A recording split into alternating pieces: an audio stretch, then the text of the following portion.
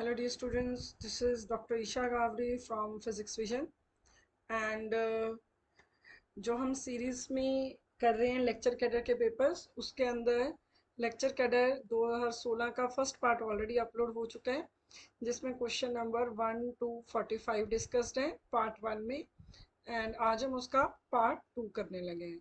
By mistake जो यहाँ पे प्रिंट हो चुका है उसमें वो यहाँ पे मैरिटोरियस प्रिंट हो चुका है बट एक्चुअली वो लेक्चर कैडर का ही पार्ट 1 है। Okay, so part 2 is the remaining question up to question number 83।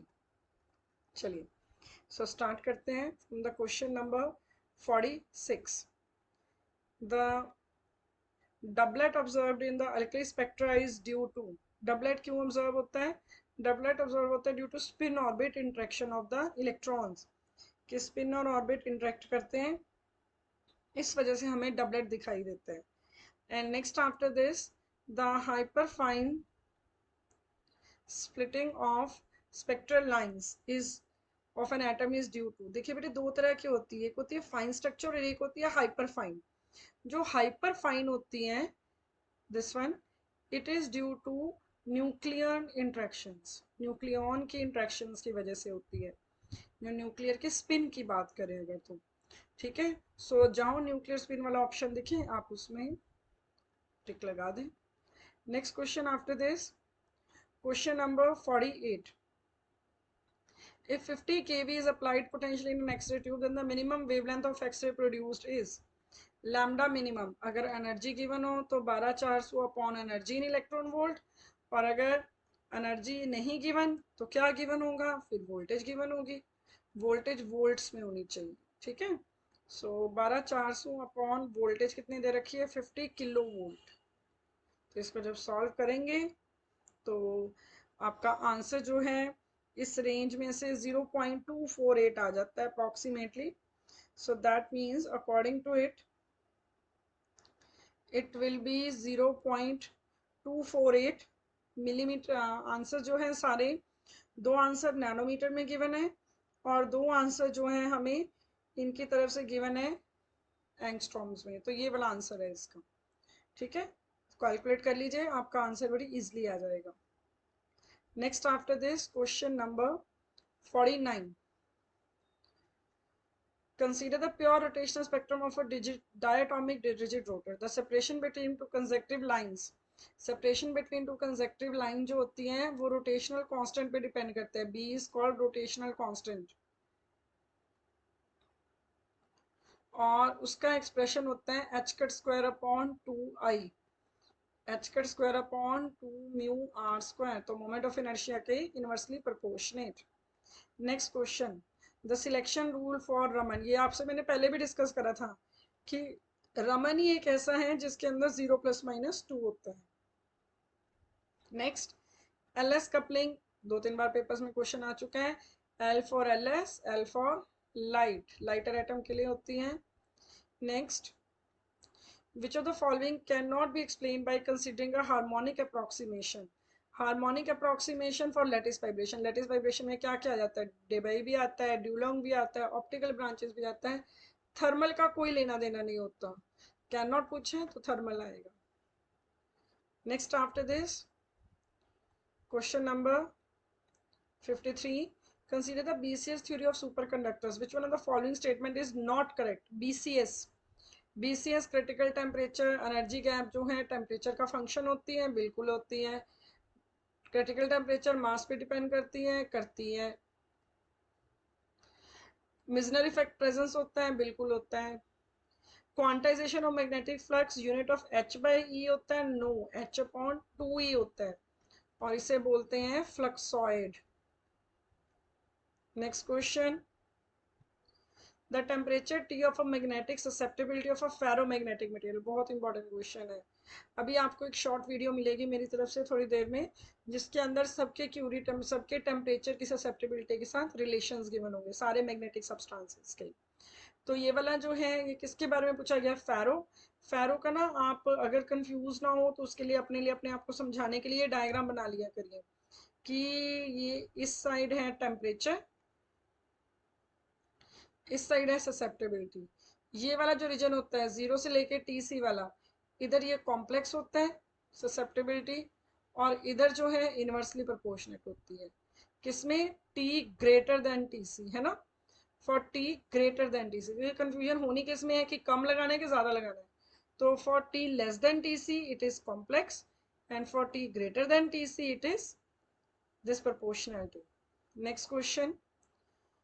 For a three-dimensional crystal having primitive unit cell with the basis of p atom, number of optical branches. देखो 1D 2D 3D सारा बता देते हैं। Acoustic, optical, acoustic 1 2 3, optical में minus कर दूं, 1 minus p minus 1, 2 into p minus 2, और last वाला अब किसकी बात हो रही है? 3 की, 3p माइनस 3। तो इसका आंसर आ गया सी। ठीक है, चलिए आगे चल रहे हैं अब हम। Next question number 56। Consider X-ray diffraction from a crystal with the FCC lattice. The lattice plane for which there is no diffraction peak, FCC mixed, is not allowed. Either all even or all odd. So this is not allowed. Hall coefficient. Question number 57. Hall coefficient of sodium depends upon Hall coefficient 1 upon Ne, electric field J upon EH upon J भी होता है, I think so. ऊपर hall voltage होती है जहां तक मुझे याद आ रहा है, आई थिंक यही रिलेशन था। तो जो ये है करंट डेंसिटी पे डिपेंड करता है, चार्ज डेंसिटी पे डिपेंड करता है, रिलैक्सेशन टाइम का कहीं कोई लेना देना नहीं है। चेक कर लीजिएगा, EH upon J भी ही होता है। And next after this, which one of the following symmetry is not permissible in single crystal? 5-fold axis and 7-fold, ये दोनों ही एग्जिस्ट नहीं करती। Next question number 59। The blotch theorem, blotch theorem में दो बातें थी, एक कि जो वेव फंक्शन है वो ऐसे दिया जाएगा, और दूसरा ये पीरियोडिक होगा। लैटिस फैक्टर G लिख लेते हैं, A लिख लेते हैं, डेल्टा लिख लेते हैं, जैसे इन्होंने डेल्टा लिख रखा है। दो चीजें थी, तो दोनों ऑप्शंस में आप ध्यान से देख लें तो आपका डी ऑप्शन बन रहा है। नेक्स्ट क्वेश्चन,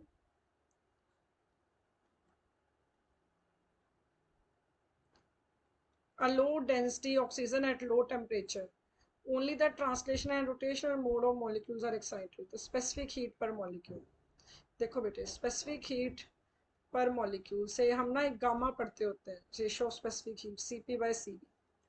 ये गामा निकालने के लिए ना हमें एक तरीका पता होता है कि गामा होता है 1 + 2 upon degree of freedom F। ये F कैसे निकलता होता है? 3A - R। A होते हैं नंबर ऑफ एटम्स और R होता है उनके बीच का रिलेशंस। अब जब हम इसे डायटोमिक के लिए निकालते हैं, डायटोमिक के केस में एटम्स हो गए 2, ठीक है, और रिलेशन हो गया, डायटोमिक गैस बोलिए ना, हाँ जी, तो रिलेशन हो गया 1। तो कितना बना? 3 × 2 - 1 मतलब 5। तो इसका जो गामा होता है वो होता है 1 + 2/5 मतलब 7/5। मैं ये क्यों बता रही हूँ? गामा रेशो है CP/CV। हमसे पूछा क्या गया है? स्पेसिफिक हीट पर मॉलिक्यूल। अब जो रेशो होती है CP/CV की, है ना, तो ये रेशो में एक्चुअली होता क्या है, जो CP आता है ना इसका, वो होता है 7/2 kb, और जो CV आता है इसका वो होता है 5/2 kb। तभी इन दोनों के रेशो 7/5 आ जाती है। ठीक है, तो इस हिसाब से अगर आप बड़े देखें तो आपको बड़े अच्छे से पता चल रहा है कि ये दोनों वैल्यूज होंगी ऑक्सीजन की। अब हमें कैसे पता चलेगा कि 7/2 आना है कि 5/2? क्वेश्चन में ही 5/2 गिवन है, अदरवाइज मुझे यहाँ से ये आइडिया नहीं लग पा रहा था कि CV लेना है कि CP लेना है, बट बाय ग्रेस यहाँ पे एक ही ऑप्शन गिवन है, तो इसका ये आंसर आया।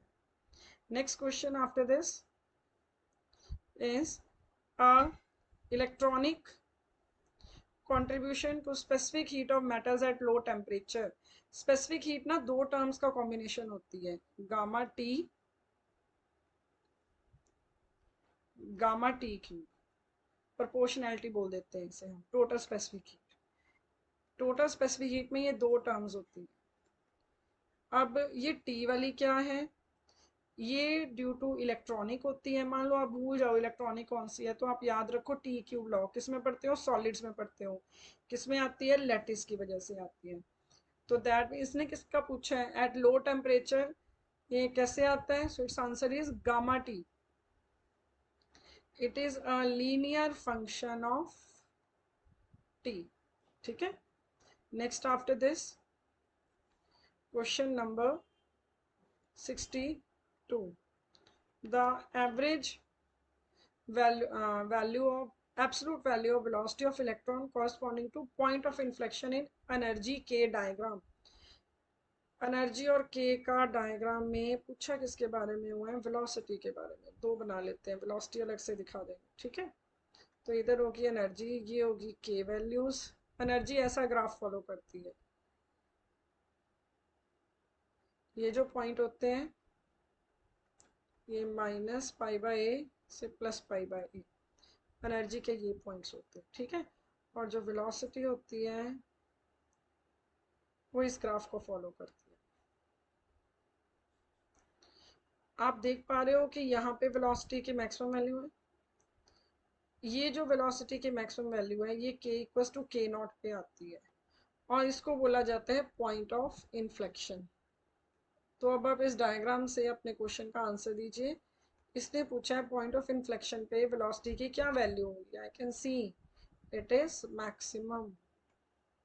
नेक्स्ट क्वेश्चन, ये तो अब हर बच्चे को याद ही हो चुका होगा कि बीसीएस थ्योरी में टेम्परेचर आइसोटॉप पे इफेक्ट कैसे डिपेंड करता है, 1/√m। ये बहुत आता है पेपर में question. Next question, question number 64, if the static dielectric constant of NaCl crystal is 5.6 and the optical refractive index is 1.5, static dielectric constant and refractive index, तो आपसे रेशो पूछी गई है electric polarizability to total polarizability, ये आपको ratio निकालनी है। ये जो डाइलेक्ट्रिक कांस्टेंट वगैरह के क्वेश्चन होते हैं ना, ये एक इक्वेशन से होते हैं सॉल्व, जिसे बोला जाता है क्लासियस-मोस्टी इक्वेशन। इक्वेशन होती है ये वाली। ठीक है, अब इस इक्वेशन को दो स्टेप्स में करना पड़ेगा, एक इलेक्ट्रिकल के लिए और एक ऑप्टिकल के लिए। ठीक है, तो चलिए पहले तो करते हैं, जब एप्सिलॉन आर मुझे गिवन है 5.6, तो 5.6 माइनस 1, 5.6 प्लस 1, तो n alpha upon 3 epsilon not. Solve करा, वैल्यू बन गई 0.60। अब आती है दूसरी तरफ, जो रिफ्रैक्टिव इंडेक्स दे रखा है। रिफ्रैक्टिव इंडेक्स हमें दे रखा है 1.5। अगर रिफ्रैक्टिव इंडेक्स 1.5 है तो रिफ्रैक्टिव इंडेक्स होता है √ऑफ एप्सिलॉन आर। तो epsilon R is equal to n square. Epsilon R आ गया 2.25। तो यहाँ से फॉर्मूले में अगर पुट करें तो 2.25 माइनस 1, 2.25 प्लस 1, इसको अल्फा ई लिख दीजिए इलेक्ट्रॉनिक के। ठीक है, एंड देन सॉल्व करा, तो यहाँ से N alpha E upon 3 epsilon naught की वैल्यू आ गई है मेरे पास 0.29। अब इनकी रेशो ले लेते हैं, रेशो ले, so that means n alpha e upon 3 epsilon naught upon n alpha upon 3 epsilon naught, which is 0.29 upon 0.60, बाकी सब कट गया, अल्फा ई अपॉन अल्फा आ गया, इट इज 0.483। सो अप्रॉक्सीमेटली 5 के करीब आंसर आ गया। Next question number 65. Deuteron has only one bound state with spin parity 1, positive isospin 0 and electric quadrupole movement this much. These data suggest that. देखो बेटे मेरी ना यहाँ पे YouTube पे ना एक वीडियो पड़ी हुई है ड्यूट्रॉन की, उसके अंदर ना ड्यूट्रॉन पहले बताया गया और उसके पीछे ड्यूट्रॉन के ना 5 क्वेश्चंस दिए गए हैं। वो 5 क्वेश्चन ड्यूट्रॉन के बहुत इंपॉर्टेंट क्वेश्चंस हैं, वो पांचों आपने करने हैं, ये उन्हीं में से एक है, spin dependence with tensor component. And next after this, now next question number 66, which of the following set corresponds to fundamental particle? देखो बिल्कुल कंफ्यूज नहीं होना इस क्वेश्चन में। फंडामेंटल पार्टिकल्स वो होते हैं which can't be subdivided, मतलब इन शॉर्ट अब ये बात कैसे समझ आएगी कौन सा डिवाइड करना आएगा, मतलब ये होता है जिनको कि आप क्वार्क फॉर्म में नहीं लिख सकते। अब देखो प्रोटॉन को लिखा जा सकता है यू यू डी होता है, बाकी चेक करने की जरूरत ही नहीं क्योंकि उनमें एक आ गया। यहाँ पे प्रोटॉन है, फिर से इसको नहीं लिख सकते। इलेक्ट्रॉन फोटोन न्यूट्रिनो क्वार्क तो खुद ही है, इलेक्ट्रॉन मीजोन्स को भी लिखा जा सकता है क्वार्क में। एक यही है जिनको फर्दर सब डिवाइडेड नहीं किया जा सकता, ठीक है। So C option is the right answer. In the decay, decay दे रखा है 2 पॉजिटिव से 3 पॉजिटिव, पूछा जा रहा है क्या ये ट्रांजिशन अलाउड है कि नहीं है। सबसे पहले कोई भी ट्रांजिशन तब अलाउड होती है जब उसमें पैरिटी में नो चेंज हो, तो देखो अलाउ तो होएगी है ना, क्योंकि पैरिटी में कोई चेंज नहीं आ रहा। अब इसके अंदर मुद्दा ये है कि ये कौन सी है, क्या ये फर्मी वाली है या ये जीटी वाली है, ठीक है। अब फर्मी, फर्मी के अंदर होता है कि जो डेल्टा आई है वो 0 होना चाहिए, जीटी में होता है delta I should be equal to ±1। तो ये वाली जो ट्रांजिशन है ये it is not allowed by Fermi but allowed by Gamow Teller selection rules. Next question, बहुत बार पेपर में आया हुआ question, semi empirical mass formula for surface correction term. Total इसमें 5 है, तो सरफेस करेक्शन टर्म वगैरह सभी की आपने प्रोपोर्शनैलिटी याद रखनी है, कौन सी टर्म किस वजह से आई है वो भी याद रखनी है। इसका आंसर a⁻2/3 है। Next is a neutron passing through detector is detected, बिल्कुल डिटेक्ट हो सकता है, वैसे तो पहले हो नहीं पा रहा था, लेकिन कैसे किया गया, इसको किया गया कि जब आप एक मटेरियल को जाके न्यूट्रॉन को हिट कराते हैं तो न्यूट्रॉन आगे पार्टिकल्स एमिट करते हैं, तो ये जो सेकेंडरी एमिशन न्यूट्रॉन से होता है इसकी डिटेक्शन कर दी जाती है। तो जो न्यूट्रॉन है वो किसको जाके हिट करता है, न्यूट्रॉन जाके हिट करता है बोरोन फ्लोराइड को, बोरोन ट्राइफ्लोराइड को, ठीक है। तो ये बड़ी फेमस इसकी रिएक्शन है न्यूट्रॉन की, कि न्यूट्रॉन जाता है वो किसको हिट करता है, बोरोन फ्लोराइड को। तो ये रिएक्शन काफ़ी इंपॉर्टेंट है, इसको भी ध्यान में रखिएगा कि न्यूट्रॉन किसको इंटरेक्ट करता है, ठीक है। अब चलिए आगे चलते हैं। नेक्स्ट क्वेश्चन आफ्टर दिस, इस रिएक्शन को मैं लिखना चाह रही थी, बोरोन 10 न्यूट्रॉन अल्फा लिथियम 7, ऐसे लिखते होते हैं ये वाली रिएक्शन। नेक्स्ट है the basic process undergoing the neutron beta decay, beta decay neutron वाला, न्यूट्रॉन चेंजेस टू प्रोटॉन, तो इलेक्ट्रॉन होगा, इलेक्ट्रॉन नेगेटिव होते हैं, नेगेटिव लोगों के एंटी रहो तो एंटी पार्टिकल।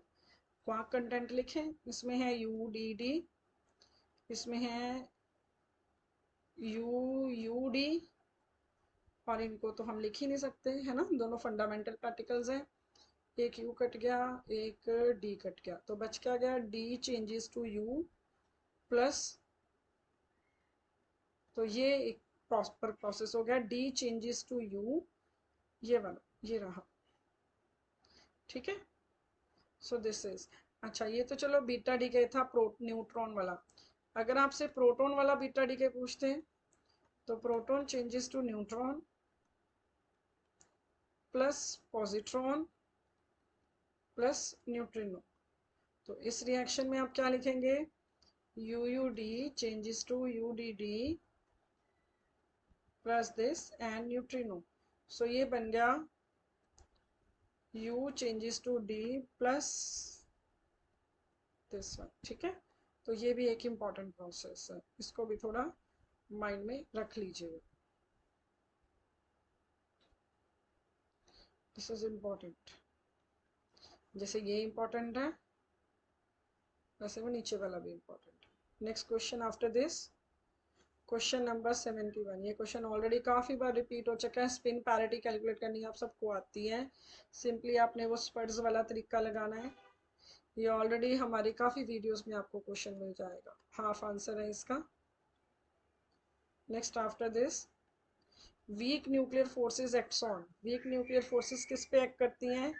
देखो बेटे, दो बातें याद रखिए हमेशा, एक होते हैं हेड्रॉन्स और एक होते हैं लेप्टॉन्स। हेड्रॉन्स के ऊपर वीक, ईएम, स्ट्रॉन्ग, तीनों के तीनों फोर्सेस, यहाँ पे वीक एंड ईएम, तो इसका आंसर है both hadrons and leptons. Next, which one of the following disintegrated series give bismuth as a stable nuclei? मैंने खुद को कैसे याद कराया हुआ है? ये सीरीज है thorium, neptunium, uranium, actinium. Actinium में भी यूरेनियम ही यूज होता है, सीरीज एक्टीनियम होती है। ये नाबी होता है, ये बस ये भी होता है, बाकी सारे लेड होते हैं। और याद कैसे करा था हमने? यूरेनियम से शुरू करें, 206, 207, 208, 209, 4n, 4n+1, 4n+2, 4n+3। ठीक है, तो आपसे पूछा गया नेपच्यूनियम, नाबी नेपच्यूनियम का है। According to quark model, K positive meson is supposed to be US bar quark content। अच्छे से लर्न करने हैं सबके। K पॉजिटिव जो होते हैं जिनका स्ट्रेंजनेस जो होती है +1 होती है, ऑलरेडी एक यूट्यूब लेक्चर में डिस्कस्ड है। Next question 75। अब अगर ये क्वेश्चन पेपर में आ गया, consider the following particle, the proton, neutron, neutron, pion and delta. ये है, और आपको पूछा लाइफ टाइम। अब लाइफ टाइम तो ऑफकोर्स सी बात है, मुझे तो कभी याद था नहीं, आपको कैसे होएगा, है ना? तो एक ट्रिक भी याद कराते हैं, फिर एग्जैक्ट वैल्यूज बता देंगे। हमने आज तक ये पढ़ा कि प्रोटॉन न्यूक्लियस के अंदर है, न्यूक्लियस स्टेबल है, तो प्रोटॉन न्यूट्रॉन जहाँ होंगे वो तो स्टेबल, मतलब इनका टाइम पीरियड जो है सबसे ज़्यादा स्टेबल होंगे। तो ये ऑप्शंस तो चलो कट गई। अब मुद्दा ये रह गया कि यहाँ पे पाई जीरो है, यहाँ पे भी पाई जीरो है और डेल्टा प्लस है। पाई जीरो फिर भी मीजोन्स कंपैरेटिवली स्टेबल होते हैं, ठीक है, और रेजोनेंस सबसे लास्ट में। तो इस तरह से याद रख लीजिए। वैसे प्रोटॉन तो है ही स्टेबल, ठीक है, और जो न्यूट्रॉन होते हैं वो उससे कंपैरेटिवली स्टेबल हो जाते हैं। इनके आपको टाइम पीरियड्स की थोड़ी सी वैल्यू लिखवा देते हैं, that is you feel satisfied, yes I have given the values also. ठीक है, तो प्रोटॉन जो होते हैं वो कंपैरेटिवली स्टेबल होते हैं, न्यूट्रॉन भी काफ़ी स्टेबल होते हैं। जो पाई ज़ीरो होते हैं 10⁻⁻17 के अराउंड होता है इनका, आई थिंक सो। और जो डेल्टा पॉजिटिव होते हैं -24 सेकेंड। और जो न्यूट्रॉन है वो 605, पता नहीं 670 समथिंग इतना सेकेंड्स इसका था answer. Just let give me one moment, let me check the value. Neutron के केस में जो वैल्यू आती होती है, it is around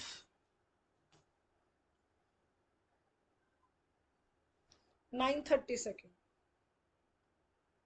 930 second for neutrons. ठीक है, चलिए next question after this 76। The binding energy per nucleon of helium is 57 mega electron volt and that of deuteron is 1 MeV। जिसकी जितनी ज़्यादा बाइंडिंग एनर्जी वो उतना ज़्यादा stable. Binding energy per nucleon, more the value more is the stability. ठीक है, उतना ज़्यादा वो न्यूक्लियस स्टेबल होगा। So helium is more stable. Nuclei with beta negative emitter, shortcut सिखाते हैं इसका मैं आपने ना एक स्टेबिलिटी बेल्ट पढ़ी होगी है ना, इधर होते हैं नंबर ऑफ प्रोटॉन्स और इधर होते हैं नंबर ऑफ न्यूट्रॉन्स। आप सबने ये बेल्ट पढ़ी होगी, न्यूक्लियन में न्यूक्लियस फिजिक्स में कराते हैं। ये बेल्ट का n इक्वल टू जेड का वैल्यू होता है, प्रोटॉन और न्यूट्रॉन इक्वल। वैसे पूरी बेल्ट होती है, इतना सा रीजन होता है। ओके, आपसे पूछा गया है कि बीटा नेगेटिव कहाँ लाई करेंगे बेल्ट में। याद रखने की ट्रिक सीखिए, न्यूट्रॉन भी नेगेटिव बीटा भी नेगेटिव, तो beta negative towards the neutron side लाई करेंगे। प्रोटॉन्स भी पॉजिटिव बीटा भी पॉजिटिव, तो beta positive towards the proton side लाई करेगा।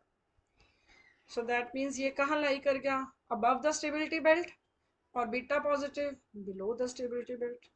So beta negative lies above the line of beta stability, ठीक है, ये above लाई करेंगे। एंड नेक्स्ट आफ्टर दिस, ये रिएक्शन सभी बच्चों को पता है, हाइड्रोजन से हीलियम सनी बनाता है, fusion. Baryon number of proton +1, lepton number proton का 0, baryon number of electron 0, lepton number of electron +1, 1 0 0 1 1 0 0 1। Next question number 80, a muon from cosmic ray is trapped by a proton to form a hydrogen-like atom. Given that muon is approximately 200 times heavier than electron, the longest wavelength of spectral line is. ये question कैसे करेंगे आप, सबको ये तो पता है, चलो लाइमन वाला क्वेश्चन है। आर होता है, लॉन्गेस्ट लाइन तब होती है जब दो ऑर्बिट बिल्कुल पास के होते हैं। तो मतलब ये सॉल्व करा, ऊपर बन गया 3, नीचे बन गया 4 आर, तो जो लैम्डा निकालना है, ये वेव नंबर है, लैम्डा हो जाएगा 4/3 आर। प्रॉब्लम सारी ये है कि ये 200 का क्या काम है, फिर ये क्यों दिया है, ये आर के लिए दिया है। जो रिडबर्ग कांस्टेंट होता है वो जितना मैट हैवी होगा, एक्चुअली जो जनरल रिडबर्ग कांस्टेंट होता है उसमें मास इन्वॉल्व होता है, डायरेक्टली प्रोपोर्शनल टू मास होता है। लेकिन जब आप इलेक्ट्रॉन के अलावा कोई और एटम्स वगैरह लेते हो तो रिड्यूस्ड मास इन्वॉल्व होता है, ठीक है, रिड्यूस्ड मास के डायरेक्टली प्रोपोर्शनल होता है, उसे आर एच लिख लेते हैं। मॉडिफाइड या इम्प्रूव्ड रिडबर्ग कांस्टेंट बोलते हैं इसको। तो जब आप पहले कर रहे थे प्रोटॉन और इलेक्ट्रॉन तब ये था, अब आपके पास प्रोटॉन है और इलेक्ट्रॉन से 200 गुना हैवी एक एटम है, तो जब आप इन दोनों का रिड्यूस्ड मास निकालेंगे तो आपका जो रिड्यूस्ड मास आएगा वो 200 times of mass of proton आ जाएगा, ठीक है, कि 200 टाइम्स मतलब उसमें इतना को फर्क पड़ेगा, mass of electron, sorry mass of electrons. तो जो आपका ये जो एक्सप्रेशन आया है ना लैम्डा का 4/3 आर, आर ना लेके इसको 200 इंटू आर ले लीजिए, 4/3, 200 और आर की वैल्यू 109677, बहुत सारे 7 होते हैं इसमें। तो जब आप इसे एग्जैक्ट सॉल्व करेंगे तो आपका प्रॉपर आंसर आएगा 6.67। आता है ये आंसर बेटे, आई हैव कैलकुलेटेड इट। एक दो स्टेप्स की बात है, कंसेप्ट याद रख लीजिए कि जितना हैवियर हो बस उससे मल्टीप्लाई करना है रेडबर्ग कांस्टेंट को, ठीक है। सो इससे आपकी वेवलेंथ कैलकुलेट हो जाएगी। Next question number 81, the ground state of sodium is 2s1/2, the difference in energy level in the presence of weak external magnetic field. आपको अगर थोड़ा याद हो, हम ना एनॉमलस जीमन इफेक्ट पढ़ते थे,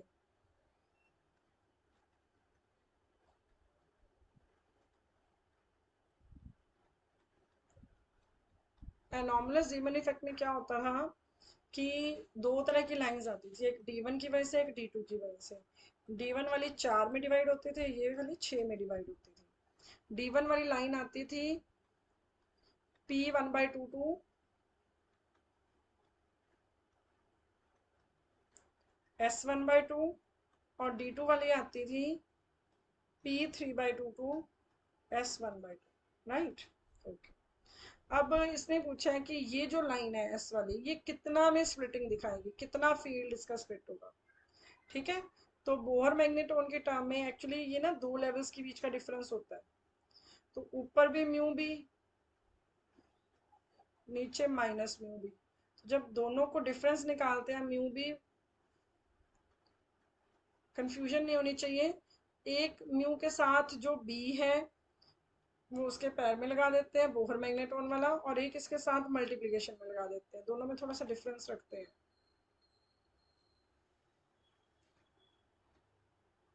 तो जो डिफरेंस आया वो आया 2 म्यू बी। तो ये जो लाइन है ये 2 म्यू बी के डिफरेंस पे होती है। Next after this,